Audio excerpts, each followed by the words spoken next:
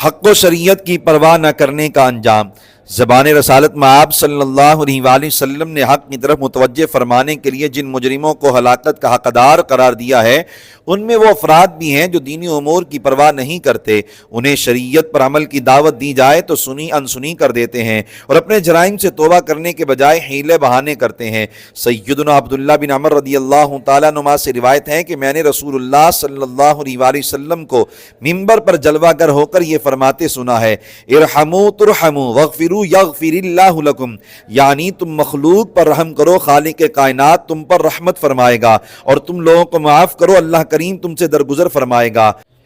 وَيْلٌ لِأَقْمَاءِ الْقَوْلِ وَيْلٌ لِلْمُصِرِّينَ الَّذِينَ يُصِرُّونَ عَلَى مَا فَعَلُوا وَهُمْ يَعْلَمُونَ، یعنی ان لوگوں کے لیے تباہی ہے جو حق اور شریعت کی بات ایک کان سے سن کر دوسرے کان سے نکال دیتے ہیں، اسے محفوظ نہیں کرتے۔ ان لوگوں کے لیے بربادی ہے جو جان بوجھ کر نافرمانی پر اصرار کرتے ہیں اور توبہ نہیں کرتے۔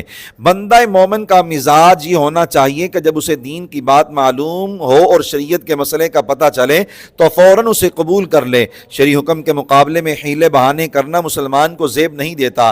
سوچنا چاہیے کہ جب ملازم دنیاوی افسروں کے آرڈر پر عمل کرنے سے انکار نہیں کر سکتا تو بندے کا اپنے مالک و خالق اور اس کے رسول صلی اللہ علیہ وآلہ وسلم کے حکم کو موڑنا کس قدر برا ہوگا۔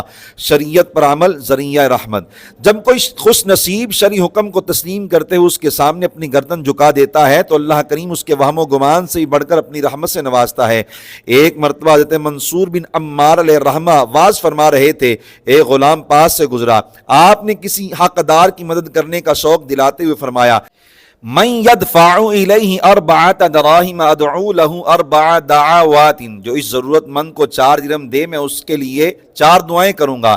غلام نے 4 درہم پیش کر دی۔ آپ نے فرمایا کون سی دعائیں کروانا چاہتے ہو؟ غلام نے کہا، نمبر 1 مجھے آزادی مل جائے، نمبر 2 مجھے ان درہموں کے متبادل درہم مل جائیں، نمبر 3 رب تعالیٰ مجھے اور میرے آقا کو توبہ کی توفیق سے نوازے، نمبر 4 اللہ کریم میری، میرے آقا کی اور آپ کی اور تمام حاضرین کی مغفرت فرما دے۔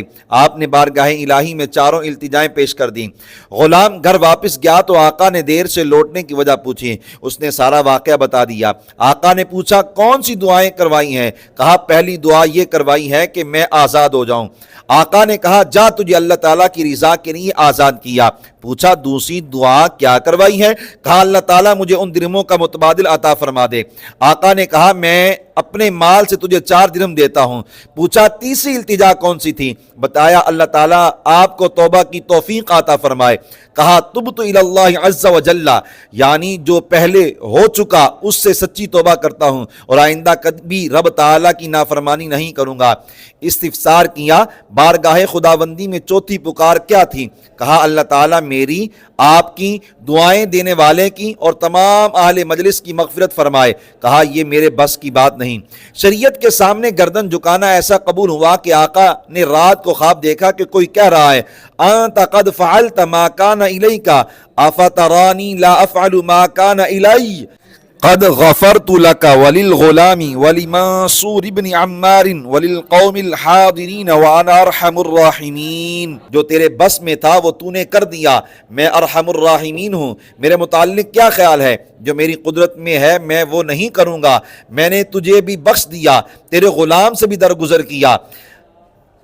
منصور بن عمار اور تمام حاضرین مجلس کی بھی مغفرت فرما دی۔ وصال کے بعد شریعت پر عمل۔ معمار جامعہ نظامیہ رضویہ مفتی اعظم پاکستان علامہ محمد عبد القیوم ہزاروی علیہ الرحمہ عمر بر شرعی احکام کے پابند رہے۔ وصال کے بعد جب آپ کو غسل دیا جا رہا تھا تو گھٹنے سے کپڑا کچھ اوپر ہو گیا، یعنی مرد کے لیے گھٹنے کو چھپانا فرض ہے۔ مفتی محمد تنویر القادری صاحب فرماتے ہیں میں نے دیکھا کہ آپ کے چہرہ مبارکہ پر غصے کے آثار تھے، جو ہی میں نے کپڑا درست کیا تو فوراً غصہ کے آثار ختم ہو گئے اور چہرہ پہلے کی طرح پھر سے چمکنے لگا۔ لمحہ فکریہ۔ عصر حاضر میں ایسے لوگوں کی بڑی تعداد ہے جو کسی بھی قیمت پر اپنے مفادات و معمولات چھوڑنے کے لیے تیار نہیں ہوتے اور شرعی حکم کو سن کر اس پر عمل کے حوالے سے حیلے کرتے ہیں، بلکہ بتانے والے علماء کو تنقید کا نشانہ بناتے ہیں۔